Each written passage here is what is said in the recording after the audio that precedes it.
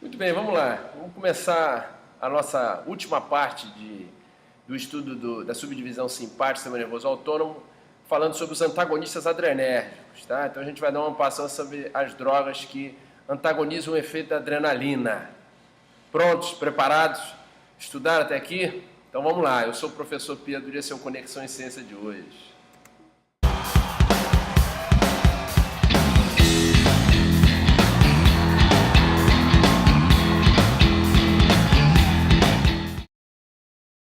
Muito bem, meus amigos, vamos à aula de bloqueadores adrenérgicos. Vocês, sugadores de conhecimento, ansiosos por mais um pouco de sabedoria farmacológica, eu sei. Muito bem, então hoje a gente vai conversar sobre bloqueadores adrenérgicos, dando continuidade e terminando a parte do sistema nervoso autônomo. A partir da aula que vem a gente já começa aí sim a dissertar, a relatar, a conversar sobre os sistemas e as drogas que interagem nos sistemas cardiovasculares, endócrino, enfim, assim a coisa vai até o final agora da farmacologia. Já tem algumas aulas de sistema respiratório já tem uma aula, já tem sistema nervoso central com antidepressivo, já vai ser a próxima aula que vai ser lançada, então a coisa vai evoluindo. Então vamos lá hoje terminar. É uma aula muito simples, a partir do momento que você lembra claramente do sistema nervoso autônomo, as subdivisões simpática, no caso em questão, e se você quiser relembrar da parasimpática, é só assistir às aulas anteriores. Muito bem. O que é importante e fundamental a gente relembrar que o único conceito, ou talvez o conceito mais fundamental e importante dessa aula, está relacionado aqui, ó, olha a palavrinha aqui, ó. Olha aqui, ó, olha a palavrinha aqui, várias vezes citada, ó, seletivos e não seletivos. Então o que a gente tem? Quando a gente separar os antagonistas adrenérgicos, vamos separar antagonista alfa, antagonistas beta. Todos eles, os dois grupos, têm drogas que são não seletivas e drogas seletivas, tá? Tanto alfa quanto beta. No subgrupo alfa-adrenérgico, nós temos duas drogas não seletivas, fenoxibenzamina e fentolamina. Significa o quê? Significa que a fenoxibenzamina e a fentolamina podem bloquear receptores alfa-1 e alfa-2. E nós temos drogas seletivas, alfa-1, prazosina, terazosina, doxazosina e as outras análogas, que vão bloquear exclusivamente alfa-1. E nós temos a ioimbina, a representante farmacológica do bloqueio alfa-2. Tá? Por parte dos antagonistas beta, nós também temos drogas de primeira geração não seletivas, o nadolol, o pindolol, o protótipo da classe, que é o propranolol, tá ele aqui. Então, o propranolol e os análogos são dessa geração, da primeira geração, são drogas não seletivas que podem bloquear receptores beta-1 e beta-2. E temos as drogas seletivas, de segunda geração, seletivas quem? Beta-1. Então são drogas que vão bloquear beta-1, provocando um efeito primordialmente cardíaco, no tecido cardíaco, tá? Em bloqueio de beta-1. Também nas células justaglomerulares, no rim, mas basicamente beta-1 vai bloquear efeitos cardíacos. E é importante, por exemplo, no controle da hipertensão arterial. A gente vai ver muito dessas drogas quando conversar de hipertensão arterial.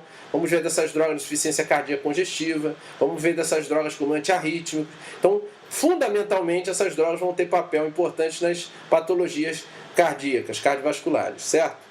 Nós temos drogas de terceira geração, que são não seletivas, carteolol, carvedilol, o sindolol, o labetalol. Quer dizer, podem interagir em beta-1 e provocar outros efeitos em alfa-1, em beta-2, enfim. E nós temos os beta-1 seletivos de terceira geração, que eu vou dizer mais à frente, que eles têm propriedades adicionais. Aumenta a produção de óxido nítrico, favorece a diminuição da entrada de cálcio na célula, aumenta a abertura de canal de potássio. Então tem um grupo, além de bloqueio de beta-1, esses seletivos de terceira geração, eles têm um adicional, eles têm um adendo a mais, um algo a mais, um diferencial a mais. Então vamos lá. Rapidamente falando, sobre os bloqueadores alfa-adrenérgicos. O que é importante a gente falar de bloqueio alfa-adrenérgico? Como eu já citei antes, existem drogas que são não seletivas, estão aqui, ó, fentolamina e fenoxibenzamina. Qual é o diferente das duas?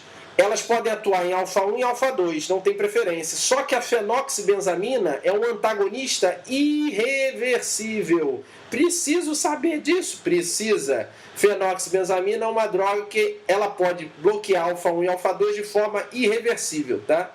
E a fentolamina? A fentolamina não. Ela bloqueia alfa-1 e alfa-2, mas de forma reversível, tá? E aqui a tansulosina, tá? Que pode bloquear e vai bloquear preferencialmente os receptores, a talazolina, melhor dizendo, vai bloquear preferencialmente receptores alfa-2 em comparação aos alfa-1, tá? Mas ela tem uma preferência, assim como a prazosina, endoramina, doxazosina, vão bloquear preferencialmente alfa-1, tá certo? Seletivamente alfa-1. Muito bem, dito isso, nós temos os antagonistas, que é a ioimbina, que bloqueia seletivamente alfa-2, e nós temos os derivados do ergot. São moléculas, são drogas comerciais que podem bloquear alfa-adrenérgico, podem atuar em alfa-adrenérgico, assim como em outros subtipos de receptores, serotoninérgico, dopaminérgico. Essas drogas foram muito usadas, ainda são usadas, indicadas para o tratamento da enxaqueca. O problema delas é que elas podem atuar em outros receptores, provocando alguns efeitos adversos indesejados. Então elas estão sendo substituídas pelas triptanas, tá? Que são naratriptana e os análogos, que são drogas que vão atuar em receptores serotoninérgicos. São as drogas mais novas e mais úteis no tratamento da enxaqueca, tá? Dos efeitos antagonistas, eu sempre chamo atenção para esse gráfico. Esse gráfico aqui, pergunta de prova, sempre, tá? Ou análogos desse gráfico. Você não tem que decorar. O importante aqui da questão toda vocês têm que pegar livro e estudar. Isso é fato. Se tem alguma coisa que nunca vão tirar de vocês, é o conhecimento. Podem tirar dinheiro, pode tirar a roupa, pode tirar o dente, pode tirar o olho, pode tirar a orelha, pode tirar o cabelo, pode tirar o pé, mas o conhecimento vai ficar com vocês. E depende só de vocês transmiti-lo adiante. Certo? Então, deixei o momento cultura Velho Oeste, aquele velho sentado numa pedra dizendo a sabedoria para os jovens, e passo para a realidade. O que nós temos aqui nesse gráfico? Presta atenção, que se entender o gráfico, vai entender todo o resto. Vocês estão vendo aqui uma linha tracejada. Essa linha tracejada é a pressão arterial média, tá? Então nós mensuramos a pressão arterial média de um indivíduo e ela está aqui no controle normal dela, nessa linha tracejada. Em determinado momento, nós vamos fazer um experimento dividido em 3 partes. Vou dividir aqui o experimento. 1, 2, 3. 3 partes. A primeira parte nós vamos administrar fenilefrina, tá? Nesse indivíduo. O que faz a fenilefrina? Ela é um agonista alfa. Agonista alfa. Se vocês lembrarem, forem na aula anterior, que é a aula de adrenérgico, vocês vão ver que a fenilefrina, atuando em alfa, provoca vasoconstrição. Muito bem. Se eu faço vasoconstrição, eu aumento a resistência ao fluxo de sangue, aumento a resistência vascular periférica. Pressão arterial é débito cardíaco por resistência vascular periférica. Resistência vascular periférica aumentada, eu aumento a pressão, como vocês estão vendo no gráfico. Tá? E eu aumentando essa pressão arterial, eu agora vou administrar o quê? Tá aqui, ó. Eu vou administrar um antagonista quem? Um antagonista de receptor alfa-1 seletivo, a prazosina. Tá vendo? De curta duração. Olha, é só você raciocinar. Se você... Leis de Newton. Ação, reação. Então, se eu faço uma ação sobre alfa-1 e antagonizo essa ação sobre alfa-1, o que acontece com a pressão que subiu? Ela desce aos níveis que estavam. Esse primeiro estágio foi entendido? Vamos ao segundo estágio. Aqui eu vou administrar noradrenalina. Noradrenalina, ela pode agir sobre alfa-1, alfa-2 e beta-1. Então ela não tem seletividade. O que acontece? Por alfa-1, nós vamos aumentar a resistência vascular periférica. Eu aumento a pressão arterial. Aí eu vou fazer a mesma coisa. Eu vou agora administrar um alfa-1 seletivo antagonista, a prazosina. O que vai acontecer, meus amados alunos, que vocês acham? Pode colar do slide. O que acontece? A pressão cai. Professor Pedro, mas a pressão não caiu totalmente. Muito bem observado, a pressão não caiu aos níveis basais iniciais. Por quê? Tem uma sobra, né? Porque a noradrenalina, ela vai fazer efeito em alfa-1, que vai ser anulado pela prazosina. Mas o efeito beta-1, ora, lembra da canção, da paródia da canção. Coração, diz pra mim o que a adrenalina faz em beta-1. Aumenta a frequência, a força de contração. E no rim aumenta a produção de renina. Quer dizer, se você aumenta a frequência e a força de contração, você aumenta o trabalho cardíaco. Se aumenta a fração de sangue ejetado, você provavelmente vai aumentar o débito cardíaco. Então, se eu tenho esse aumento do trabalho cardíaco, eu não consigo reduzir a pressão arterial, que é débito cardíaco por resistência vascular, aos níveis iniciais. Ela vai ser reduzida sim, mas vai permanecer um pouco mais alta do que estava no estágio inicial. Perfeito? Vamos para o terceiro estágio e último. Agora nós vamos administrar a adrenalina. Aí, professor Pedro, você vai matar o homem assim? Vamos. A nossa proposta é tentar, de todas as formas, administrar substâncias que vão provocar curiosos efeitos. Isso é importante. Já que a gente não tem mais aula prática, então isso é muito importante. Então nós temos aqui receptores. A adrenalina é a mais promíscua das três. Entre a fenilefrina, a noradrenalina e a adrenalina. A adrenalina pode interagir com os 4 subtipos de receptores. Alfa-1, alfa-2, beta-1, beta-2. E aí? Vamos no mesmo raciocínio. Por alfa-1, aumenta a resistência vascular periférica. Você aumentou a pressão arterial. Tá? Você aumentou a pressão arterial e agora você vai administrar, e ela vai permanecer menos tempo, você vai administrar a prazosina. Por efeito em alfa-1, esse efeito vai ser anulado. E aí a pressão vai diminuir. Mas o que acontece? Tem efeito em alfa-2, tem efeito em beta-1, tem efeito em beta-2. Por que caiu além do basal? Porque a adrenalina, tudo bem, ela ainda está fazendo efeito em beta-1, está fazendo efeito em alfa-2, que em alguns vasos vai ser importante para a constrição, mas ela está fazendo um efeito em beta-2, e beta-2 o efeito é de vasodilatação. O efeito em beta-2 é um efeito de vasodilatação. Então, quando a adrenalina se liga a beta-2, ela faz um efeito vasodilatador.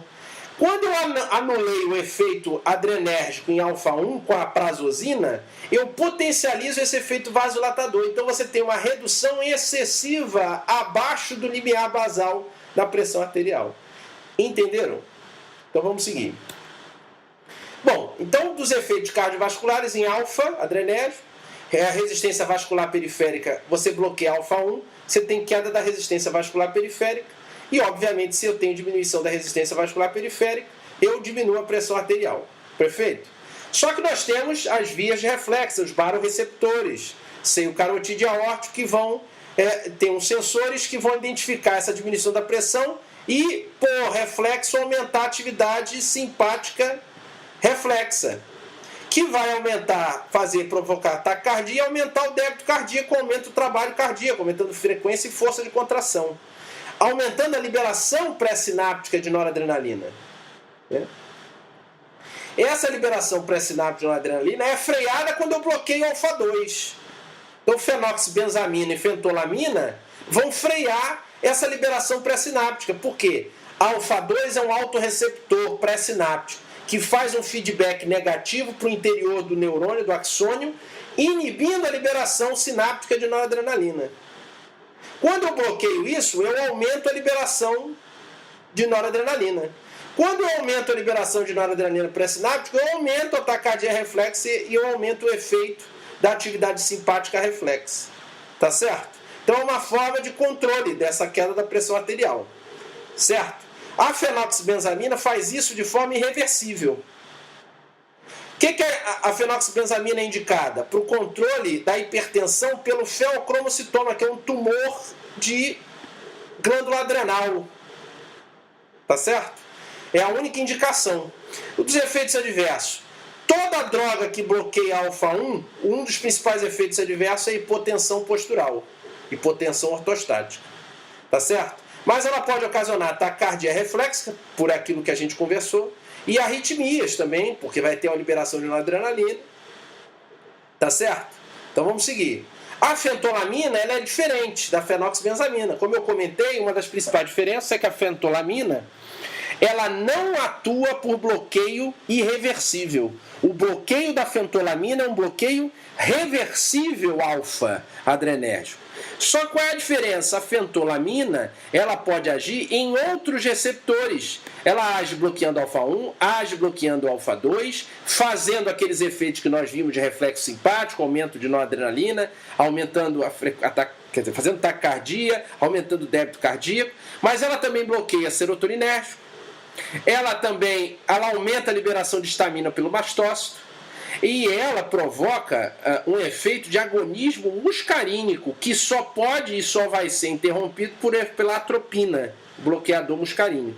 Tá certo? E esse efeito muscarínico da fentolamina no músculo liso do trato gastrointestinal vai gerar os principais efeitos adversos, dor abdominal, náusea, úlceras, enfim, etc. Então, das principais indicações, hipertensão, o feocromocitoma, como a gente viu na fenoxibenzamina, prevenir necrose induzida por extravasamento de agonista alfa-adrenérgico e tratamento de disfunção sexual. A fentolamina era usada conjuntamente com a papaverina.